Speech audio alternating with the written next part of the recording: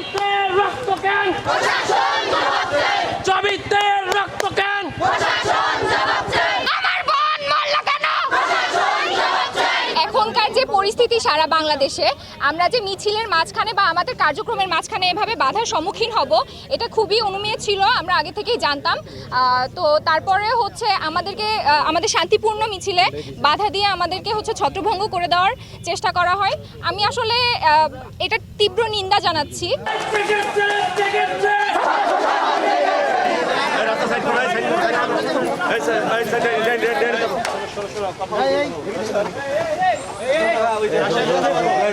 আমাদের পরিচিত এক ছোট ভাইকে গ্রেফতার করা হয়েছে।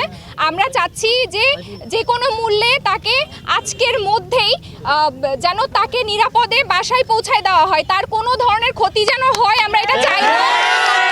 এটা খুবই ওপেন সিক্রেট ব্যাপার যে তাদের জোরপূর্বক হয়তো করানো হয়েছে এবং আমরা সবাই সেটা বুঝতে পারছি, ছাত্র সমাজ সেটা বুঝতে পারছি এবং বুঝতে পারছি দেখে কিন্তু আমরা রাজপথে আবার রাজপথে চলে আসছি। সারা বাংলাদেশে এইভাবে ধরপাকড় চলছে, এরকম দমন নিপীড়নের মাধ্যমে ছাত্রদের দমিয়ে রাখার চেষ্টা করা হচ্ছে, কিন্তু ইতিহাস বলে ছাত্ররা কখনো এই দমন পীড়নের ভয় পায় না এবং আমাদের এই ধারাবাহিকভাবে এই আন্দোলন কর্মসূচি চলতেই থাকবে। কতদিন পুলিশ বাধা দেবে? আমাদের গ্রেপ্তার করুক, সমস্যা নেই। আমরা গুলি খাই, আবার সমস্যা নেই, আমরা তো গুলি খাচ্ছি।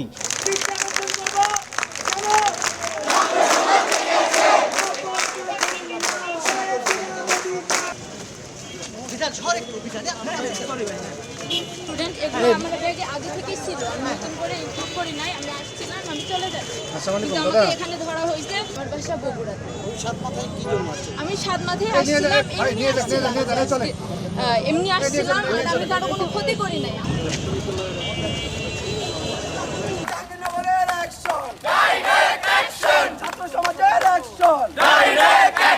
যারা গুম হয়েছে, যারা ডিবি অফিসে আছে, যারা বন্দী আছে, তাদের সকল বন্দীর আমরা মুক্তি চাই, নিঃশর্ত মুক্তি চাই। যদি আজকের মধ্যে তার নিঃশর্ত মুক্তি না দেন, আমাদের আন্দোলন কোন পর্যায়ে যাবে তা আপনারা চিন্তাও করতে পারবেন না।